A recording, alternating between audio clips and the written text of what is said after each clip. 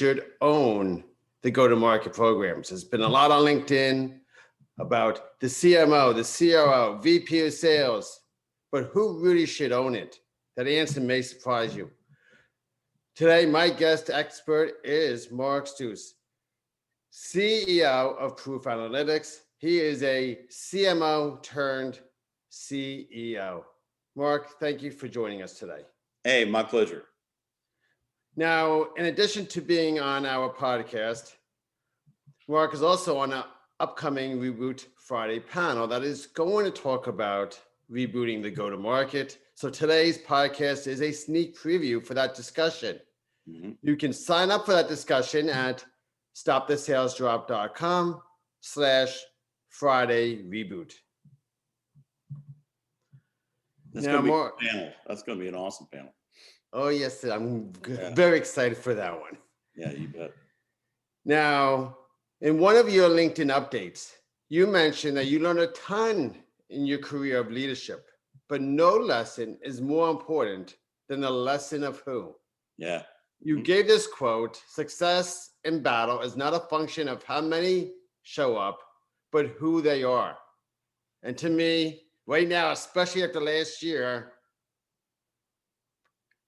trying to go after that revenue growth, the go-to-market programs, it's a battle right now. So who needs to show up for the battle for revenue growth in this coming year? Well, the short answer is everyone, right? A startup is actually a great example of what we're talking about here, because by definition, most of the time they don't have a lot of people, right? And the quality of the talent inside the startup means so much. You could say it means everything. You could even say that in the earliest days, the investors look at the talent, the who is showing up, and make their investment decisions based on that alone, right? Because that's at the earliest point. So I would, this is actually, it's not just, and when we talk about talent, right? What we're really talking about is people, and talent is one part of a person, but there is a whole moral component. And this is something that special forces units talk a lot about, militaries in general talk a lot about, this issue of moral commitment, right? The fortitude to say, you know what, not only can I do this, but I will do this, and I'm committed to seeing this through. That is really significant. You would have to be really significantly disadvantaged in many other ways not to be successful if you had that kind of team around you. So I would say that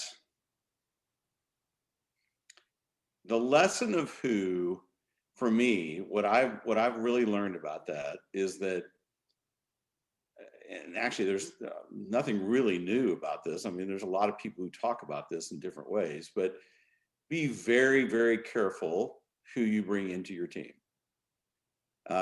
People are not interchangeable. They never have been, they never will be.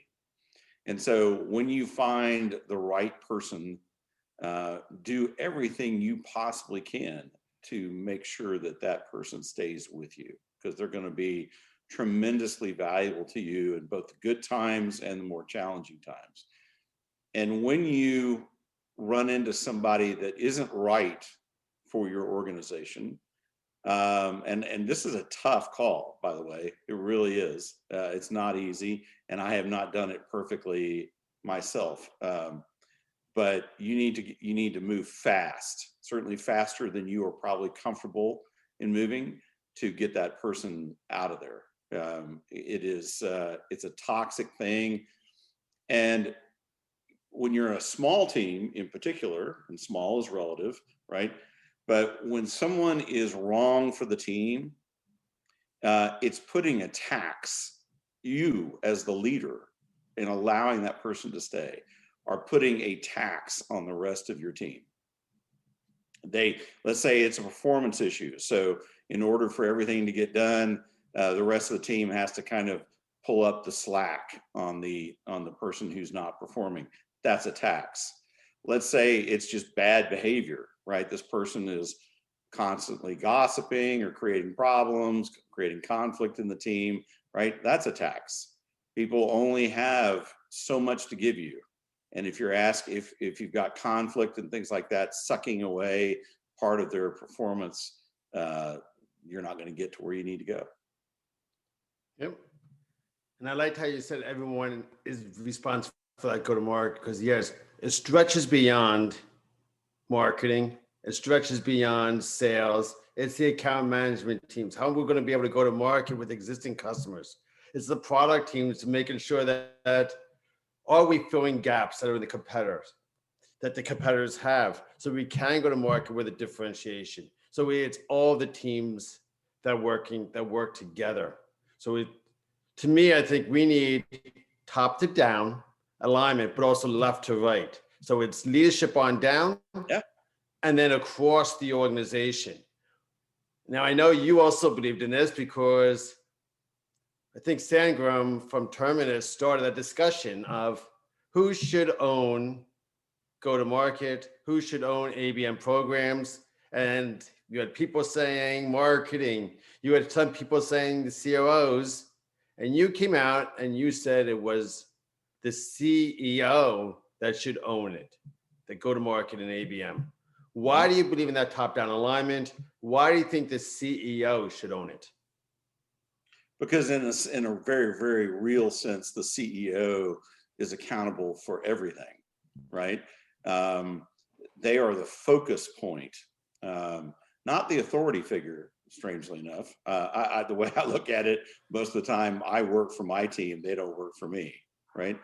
But I definitely do represent this point of alignment, where I am the guardian of the culture, of the brand.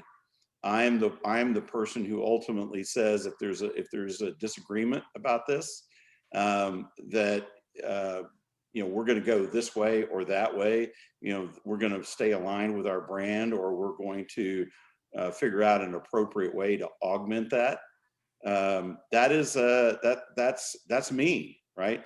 And in my case, it's doubly so because I was a CMO who is now a CEO, right? And so I do have the domain knowledge in marketing and communications. So it's not that I'm not saying that a CEO in general or me specifically seeks to own all the tactical minutia. That's not the point, right? I'm not down there, creating ABM campaigns. I'm not down there for the most part looking at tactical level messaging and campaigns. That's not what I mean by that. What I mean by that, really, at the end of the day, is it's about alignment.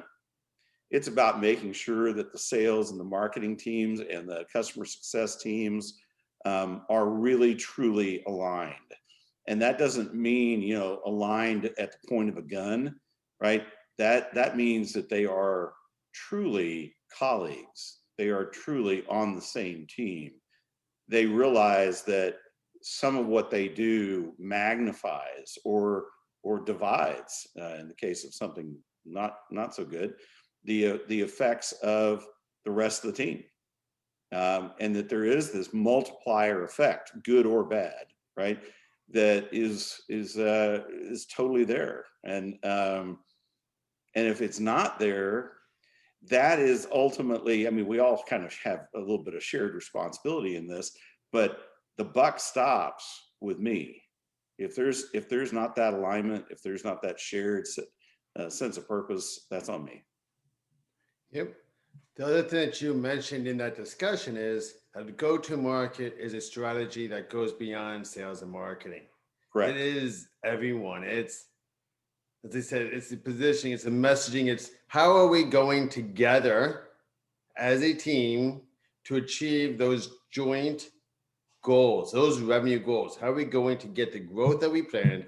How are we going to drive revenue with new accounts that can provide the greatest revenue growth, and how can we get even more revenue growth with existing customers? So that's where it's about. It's those joint metrics working together and moving along.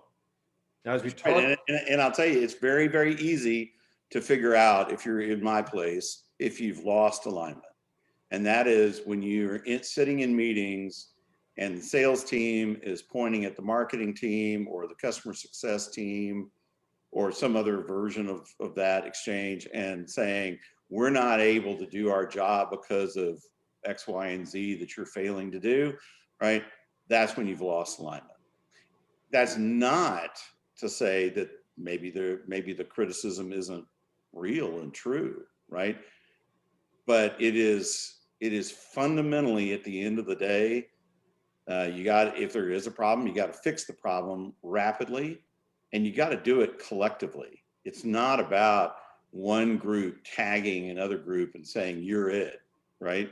That's not it at all. In fact, we have a rule inside of Proof that if you bring a problem, you had better damn well bring a series of possible solutions with it. That we have very little use for people who routinely spot problems and have nothing else to say about it. Yep. And I like that you bring it collectively because, believe there shouldn't be handoffs, whether it's leads, whether it's issues or problems that you were just talked about. It should be a handshake between the teams. How are we going to get from where we are now to where we need to be? That's right. I mean, there's actually a great, if you go back to the founding fathers here in the United States, right? Benjamin Franklin, very, very brilliant guy. He was in the Continental Congress where they were thinking about whether or not they were going to send a Declaration of Independence to King George III. And some people were kind of afraid of doing it, and there wasn't a lot of consensus. There wasn't a lot of alignment.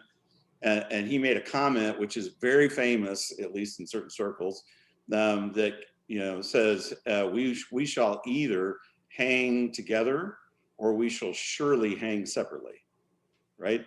And if you think about it, what is a startup, right? What is an organization except what they were building right there? That was a national startup. And so if you don't have this sense in your team, certainly small teams, hyper vulnerable to this, but even in much larger teams, if you don't have the sense that you're all in it together, that you're all going to hang together, all for one and one for all, or we're all going to go down together, right? If that doesn't happen, you don't have alignment. Yep. That's kind of the blood. That's the blood of alignment, right? Yes, it is. But they say we need to go sometimes beyond alignment. We need to be integrated. Right. Where sales is not taking a step without marketing. Marketing is not taking a step without sales. Account management teams are not taking steps with their existing accounts without input from sales and marketing, where the teams go together. So it's more than even just we're aligned. It's we're integrated. We're taking steps together along the way to get to where we need to go. Yeah, I mean, it's about, look, I mean, in pure human terms, right? This is about looking out for your team members, right? This is about love and care and concern and commitment. And, there are a lot of situations, startups, are endemically this way, right? That require an almost obsessive level of commitment. And this is actually another way of thinking about it, right? It's not that, it's not that everybody is cut out to make that kind of commitment. I mean, some people like, maybe not 9 to 5, but I mean, some people are not up for 50, 60 hours a week, right? That's just not what they're for. But everyone needs to understand, including that person, that there's a cost to that position, right? That if you want that, you're probably not the right person for a startup. And so it's one of those things where everyone's working so hard that commitment, when someone starts to slack in their commitment, again, we're back to the tax. right, on the team. We're back to this lack of commitment and being there when you need to be there for your team. Yep. Now, so it's as much about, in fact, I would say it's more about everything we've just been talking about than it is about, plans and processes and analytiks and, all this kind of stuff, right? I mean, it's both and. It's definitely not either or. I don't want anyone to mishear me in that.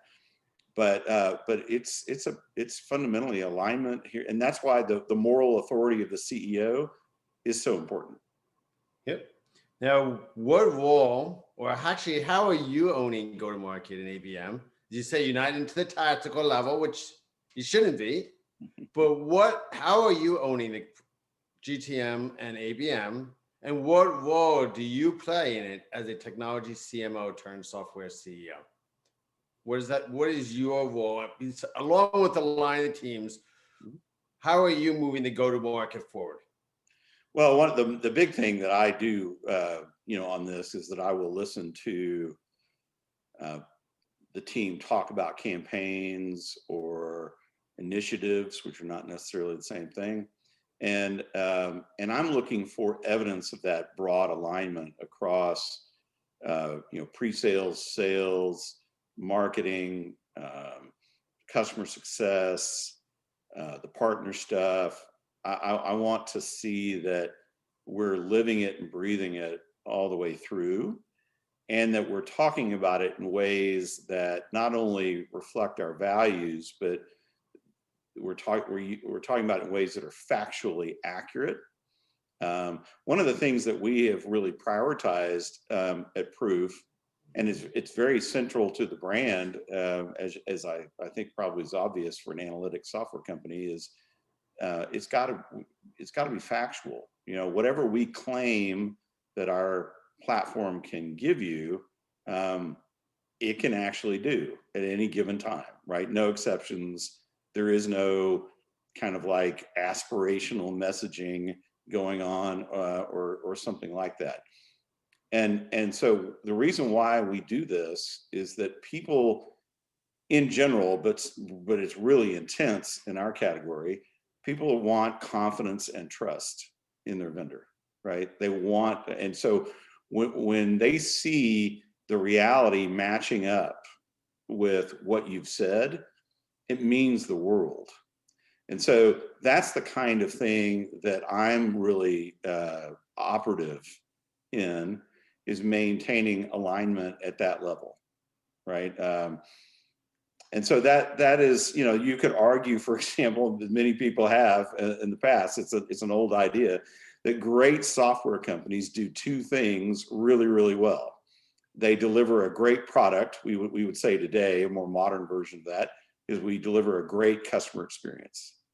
And the other one is we know how to sell it really, really effectively, repeatedly, right?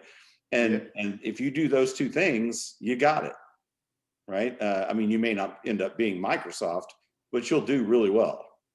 And I think that that's really the essence of what I look for. Yep. No, I liked how you talked about making sure that the process and that the experience backs up that promise. I've had a client, it was a merger between a managed service provider and an IT managed service provider and an accounting organization. Mm-hmm. They came to me after going to a positioning messaging firm, and the positioning was focused on aligning IT to the CEO, to the CFO, and the COO, which makes sense, accounting and IT. So it come to me for ABM services. I started to review their processes, and they wanted to give these free assessments or sell the assessments to get them moving forward. But the assessments spoke to IT managers. They didn't talk about the business impacts. They didn't go in, understand the operations, and talk about where the gaps exist and where those impacts are on the business. It was talk about, here's some of your legacy systems, and here's what needs to be replaced. You're talking to IT. So the promise did not line up which means they're not going to move forward because a lot of other people, a lot of other firms can provide that simple IT analysis. They didn't fill the promise. And that's the first thing. It's like, if we're going to do ABM, our focus is on revenue.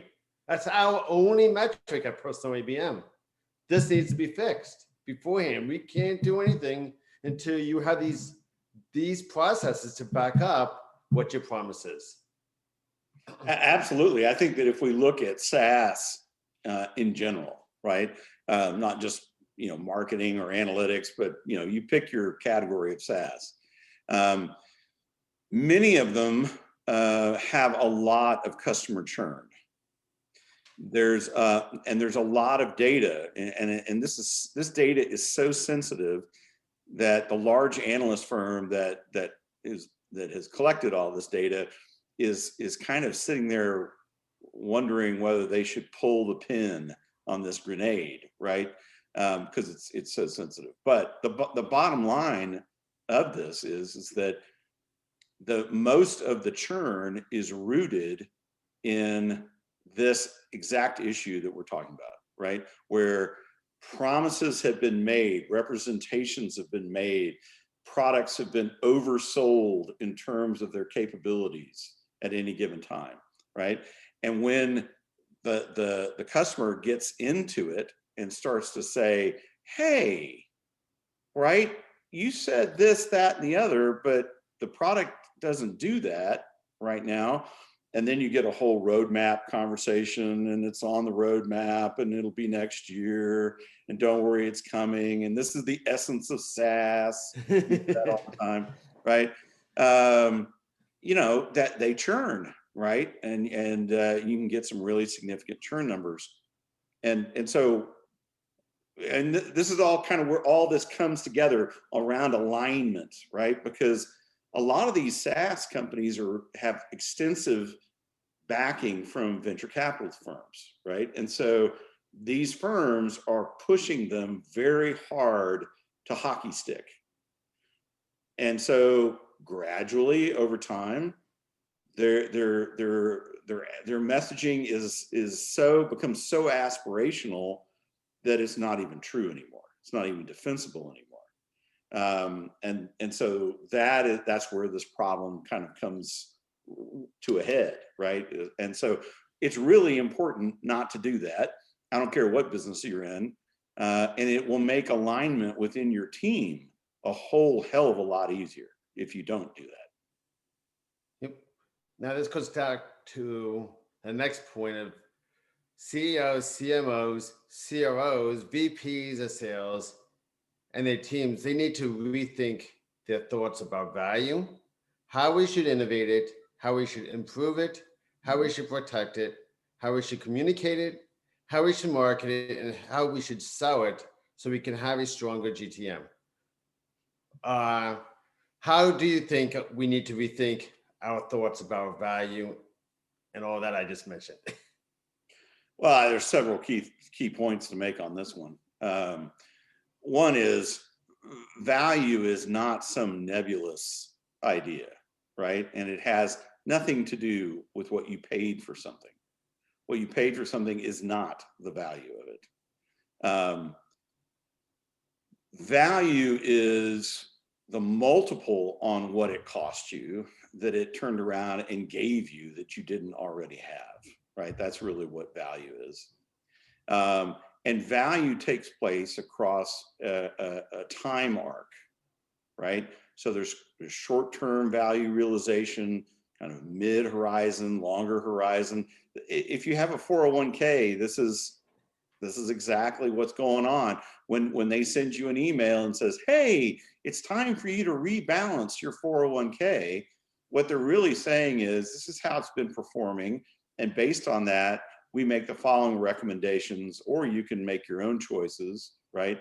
But this is what the arc going forward is going to look like. I mean, it's essentially basic regression math is what's underneath all of that. So I think that you have to say, number one, value is always a cash number or something that ultimately monetizes. So relationships can be extremely valuable, right? And there's a lot of different ways that they can be valuable. But in the business context, it's a relationship that ultimately allows you to sell something that you wouldn't otherwise have been able to sell. That's when a relationship monetizes. When we're talking about go to market, right? All the different investments that are made there, marketing investments and sales investments and all that kind of stuff, right? That's when you look at it, from where I sit today as CEO or in my C-suite, right? We see a budget approval as an investment deal. So what we're looking for as part of the business case that gets the approved budget is, hey, you know what? If you give us this, we can return these kinds of values, these kinds of ROIs, these kinds of numbers back to you that are hopefully multiples of what we spent on it. And the time arc will be kind of like this, right? You'll see this, you'll kind of see an early indication of payout, and then it'll keep converting. Now, you can't do that part of it with just measurement. You have to have analytics. By analytics, I mean, you have to be able to stitch all the data together with algorithms that tell you, hey, this is how it's all working together or not to generate this particular outcome in the future that then you can validate. So this is the whole idea of, like in Top Gun, the movie, right? This is the whole idea of calling the ball, right? You have the ball. And so you're basically saying, okay, I'm going to be right there delivering that number at this time, and you can hold me to that, and we can begin to track against that across time. This, by the way, is exactly what public companies do when they issue guidance. Most of them issue annual guidance today. And then they report out against that guidance every quarter. And they will update the guidance based upon new trend lines into the future, up or down. That is exactly what this means in terms of getting alignment on the go-to-market piece, right? People have the sales piece is actually pretty easy, right? Because sales is like, you got a number for every quarter. You either hit the number or you didn't hit the number, right? And if you did, that's awesome. And if you didn't, that we're going to have a conversation. When we're looking at marketing, for example, or customer success, which exist as multipliers on sales performance. So the whole goal of marketing, for example, is to help sales sell more product to more customers faster and more profitably than sales could do by itself, right? That last piece is really important. And so you have to be able to use predictive analytics on stuff like marketing or customer success, because it's getting at stuff that's happening in the future that is actually retroactively, this is sort of a strange idea, but it's very true, is helping your current performance either accelerate or expand or whatever it is that you need to do, or not if it's going south. Yep. Cool. Now, what is the role ABM plays within your team's go-to-market strategy? And what are the shifts that will lead to mega deals and a change in the growth trajectory of a company? So ABM, so I think it's safe to say that probably, 90% of ABM implementations are essentially marketing automation, kind of, right? Account-based awareness and account-based advertising. Right. And actually another part that they really kind of get wrong is they misapply the idea of personas. So they customize the messaging to the different decision makers, the different personas that are involved in whatever it is that they're selling. And they unintentionally, so this is not what they mean to do, but it's what happens. They reinforce the bias of each one of those players. they reinforce the self-interest of each one of those players. And so actually a lot of those ABM programs are making it harder for the sales teams to drive consensus among the prospect decision makers than maybe they would if the ABM program didn't exist at all. The ABM programs that I'm aware of, and I would like to think that ours is one of those, but there are many others who are operating at a much larger scale, do the opposite, right? So what we're doing in our messaging is we're helping each party, each decision maker on the client side to better understand the positions and the needs and the feelings of all the other decision makers. So we're saying, hey, you're actually aligned with so-and-so and so-and-so on this issue, and they have these other concerns which you may not have, but guess what? We can solve, proof can solve all of this for everybody. And you can actually, in voting for this, you can help your colleagues fix their problems, even though they might not have anything to do with yours. And that is that is not only incredibly human, I think, and highly desirable in terms of the way we should just interact with the people around us, but it's very, very effective, right? Rather than balkanizing your targeted team of decision makers, you're actually helping them bring themselves together. And in some ways, this is actually the really cool part, just speaking humanly. So I've been personally aware of two situations where we were so effective in this regard that not only did we get the business, but a couple of people came, months later and said, that campaign actually really made a lasting difference in the way we work together as a team. It was the first time that we had really thought about each other's issues rather than just our own. And that was that really kind of like, I think, got everybody's attention at proof, right? The law of unintended consequences, and I have to say that was, we were not there to try and be essentially a Jungian influence on these guys, but it just goes to show you how important it is to communicate clearly and to communicate well, right? Yep. It has lasting effects. I've had a number of debates on LinkedIn, on other podcasts, on webinars with marketers that are so strong believers in personas. It's like you have to go beyond the personas, because if I'm just writing to a persona, then I'm focusing on pain points. Well, so is everyone else. All my other competitors, they're also talking about pain points, but doesn't make it a priority. I have 100 of pain points. Where we need to start to focus it on is we need to have an interaction. Instead of a campaign, focus on personal interactions with the human buyers. So we're not personas, it's personal. It is. Absolutely. Yeah. And actually you just kind of reminded me of something that's really important.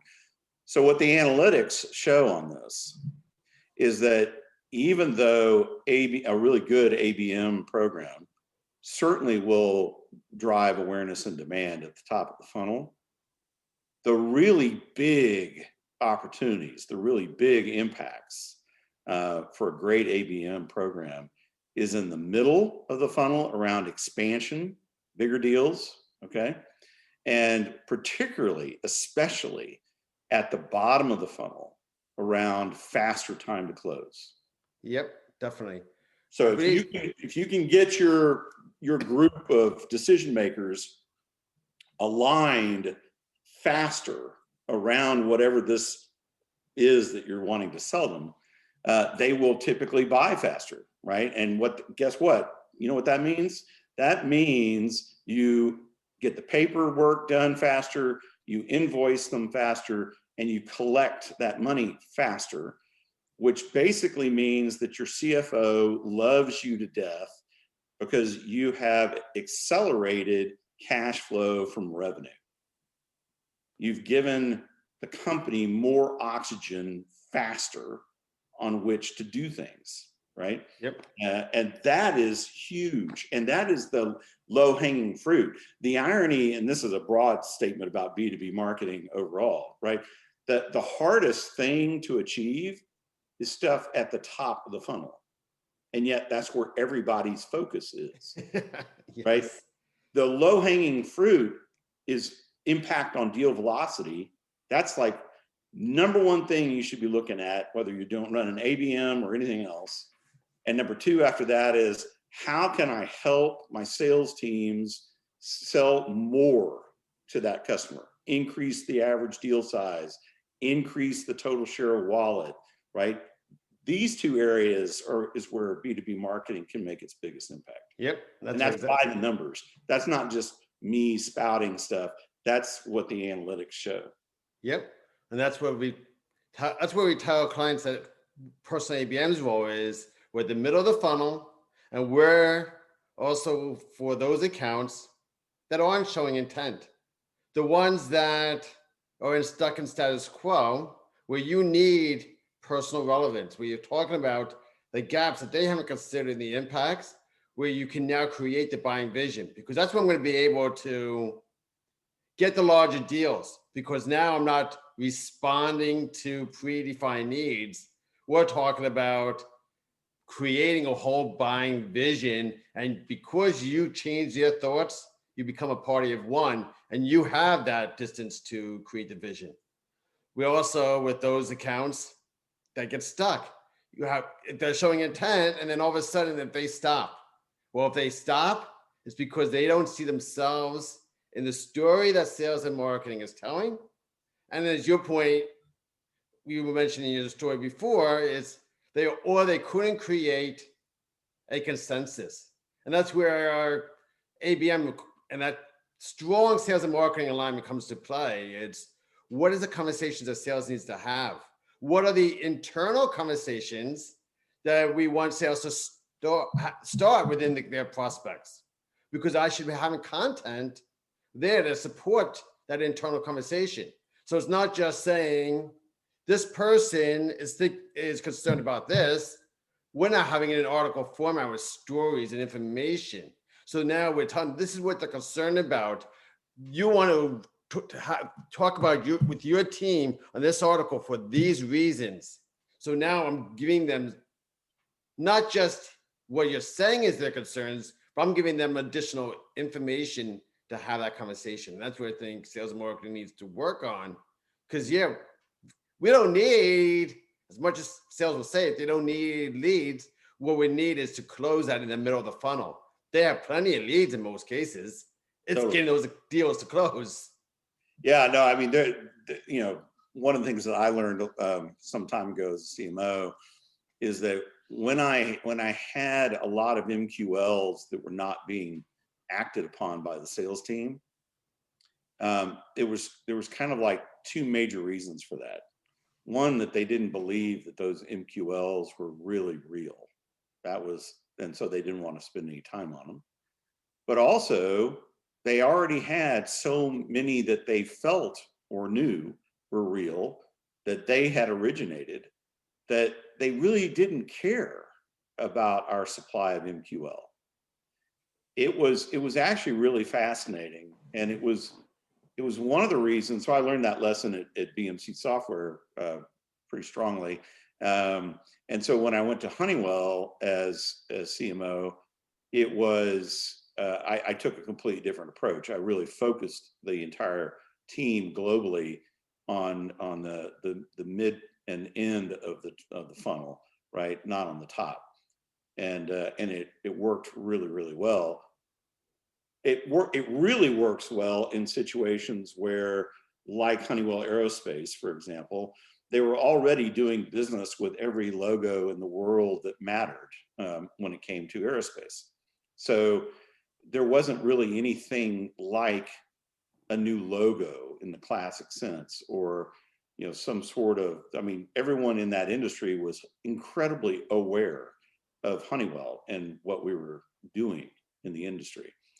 So the big issue was not revenue growth from a marketing standpoint.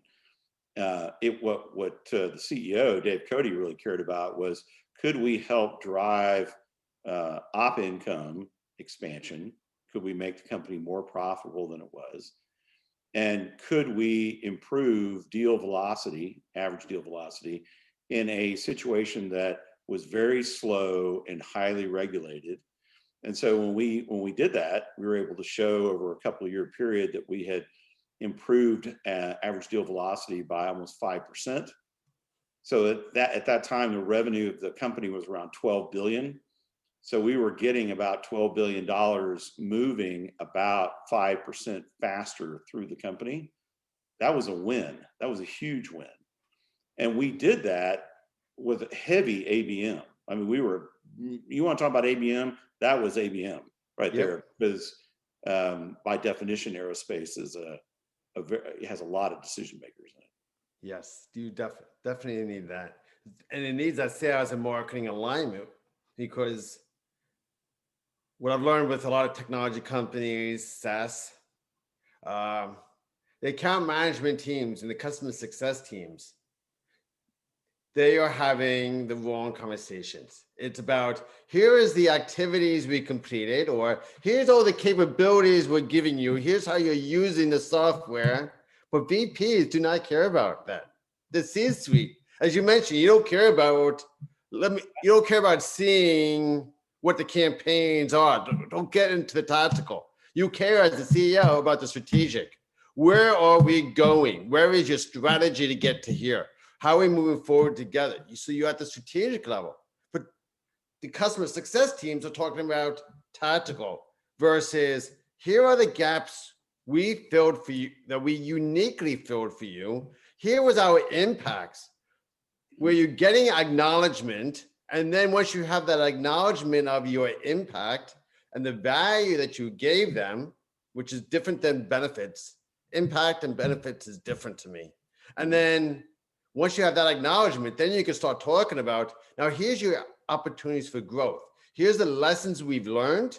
Here's how we need to evolve this. What we're already doing. Here's where we need to go to the next level. This is what we need from you.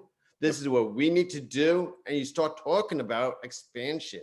That's the conversation. It's a strategic, and it's supported by the right content, the right messaging, not the case studies you typically see from marketing of, here's about the client, here's the challenge, and here's our results, but there's no story to it. There's no why that gets them to really understand your impact. And I think that's where it plays. So that's where I'm going to ABM, that I need to come together with marketing, sales, and account management teams, getting the content, the messaging to move that account forward in a strategic way. Totally. And the only thing I would add to that statement, because I thought you nailed it, was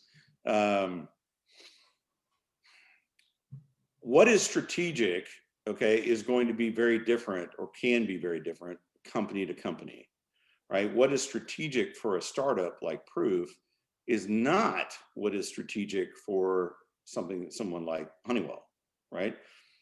So I'll give you an example. The main metric that I care about right now in the business is, how fast is our average time to close? Now, why is that? It speaks to the issue of momentum in the marketplace, which is one of the few major allies that a startup can have. And when you have it, you know you have it, and it's an amazing thing to be in the middle of. So that's part of it. Also, if you are closing deals faster, you are by definition also closing deals, period, right? So the top line is building. That's implicit in a average time to close, and it is happening faster and faster and faster, which is also really important from a cash flow point of view, from a oxygen point of view, particularly if you are trying to minimize dilution, and thus you're raising money from investors somewhat sparingly. Then being able to close deals faster and have a strong win-loss record is indicative of success, right? I mean, that's the third major one that I care about is churn, because that is incredibly expensive. There's nothing more dilutive to a startup than that, right? The cost of winning a customer only to then lose them a year later is, I mean, you want to talk about something that will hammer your profitability far more than CAC, you know. It's just awful, right? So actually, I cite this a lot right now because I can, and I love the fact that I can. But in the very short time, 4 years or so, 4.5 years that we've been doing Proof, we have lost exactly 2 customers. Wow. And that, and in both cases, they were, it was money driven. It was budget driven on their side. And one of them, I think, is getting ready to come back. So that is, I love that, right? To me, that's promises made, promises kept. And it also has a tremendous impact on our revenue and on our margins. Yep, cool. Yeah, there's 2 things I want to reinforce what you said. First of all, as you just mentioned, what's strategic to one is not as strategic to the other. Same thing we've been saying about value. And yet we go with these campaigns that speak to everyone instead of really focusing on interactions, the personal interactions, because what you value is different than another CEO. Yep. What a company values is different. Each person is different. That's why I said we go beyond personas, especially for those accounts that will fit in the 20% of the accounts that provide you with the 80% of revenue growth. It's those accounts that I need to focus on personal interactions where I'm speaking to them, their specific gaps, their specific impacts across the organization. So it's at the company, it's at the division, it's at the rank, it's at the personal. So the person that I'm going to use as my champion sees where he's impacted. And it's even at the customer level, how their customers being impacted because of the gaps in operation. So this way, they could drive that consensus across the board. So I'm hitting relevance across.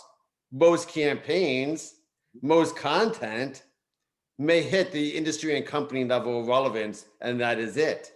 And then we wonder why prospects don't see themselves in the stories we're telling. It's because we don't have that personal relevance. The other thing I want to bring out is those metrics you mentioned had nothing to do with campaign metrics. What my conversion rate is. In fact, I'm not sure if you saw it, but I did a rant last week that on LinkedIn, on video that my partner Christina shared.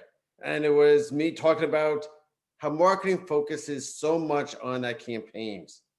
I get 10% conversions.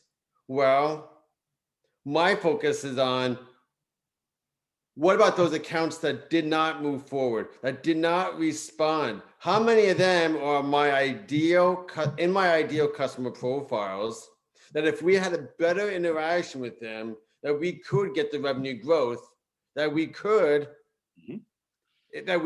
move forward if we focused on an interaction versus at the campaign level, where we move them towards that revenue acceleration, where they get to that close and it can provide us with great customer lifetime value because we weren't so worried about filling the top of the funnel. We were worried that we wanted this account. They could provide great growth for us. They match our ideal customer profile. We can provide the value. They need us. And we have all this information, but we're losing it because we're just worried about interactions. I'm worried about the campaign and getting them in the funnel versus that personal interaction.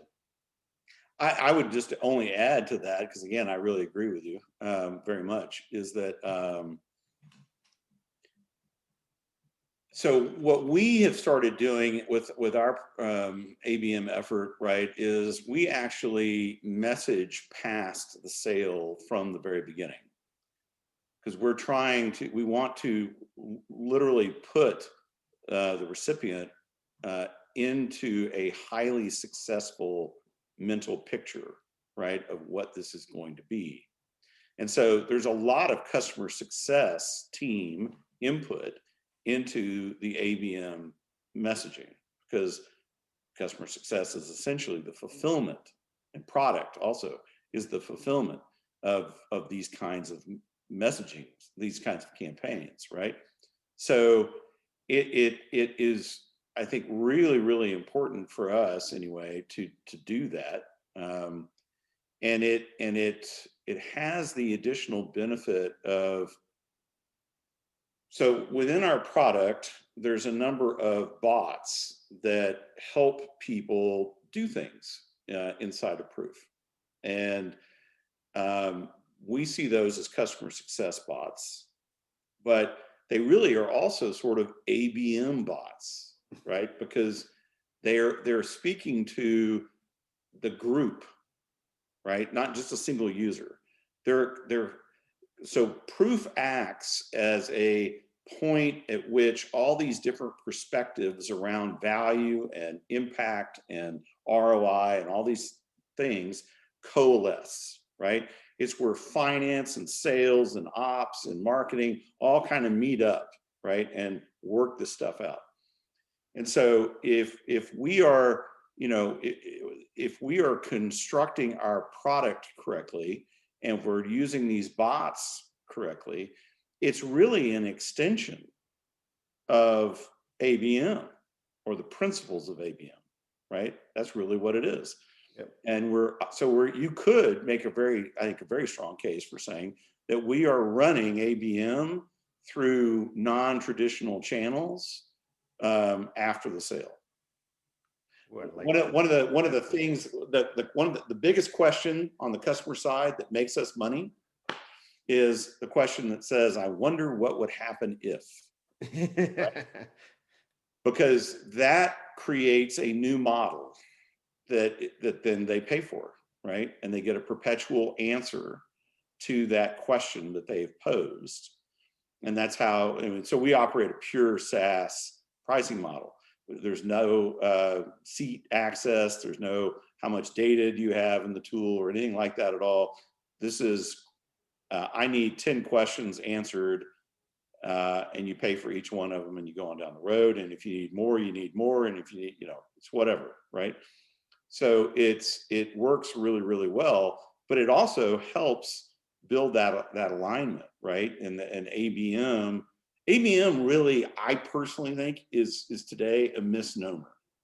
It kind of is something that, I'm not saying we should rename it, but it's as though we should rename it, right? Because it's really it's not account-based marketing, it's account-based alignment, right?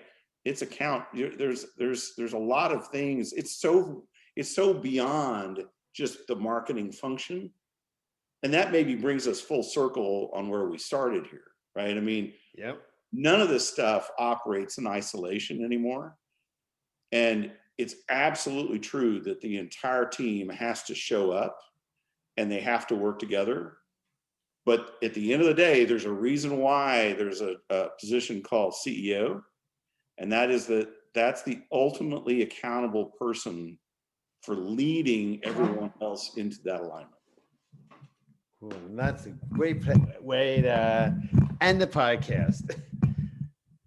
Leaving with that thought, because it's how we started, and that it was a strong point. I definitely really enjoyed this conversation. I'm looking forward to our upcoming panel. For those listening that want to hear more from Mark, I suggest you go to stopthesalesdrop.com/Friday reboot.